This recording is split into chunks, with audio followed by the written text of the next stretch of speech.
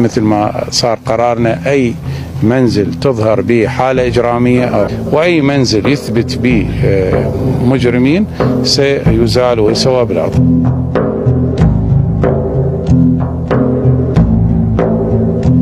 نحن كمحافظة سنزيل هذه المنازل وتسوى بالأرض، وأي حالة أخرى ستظهر في محافظة البصرة سيتخذ نفس الإجراء.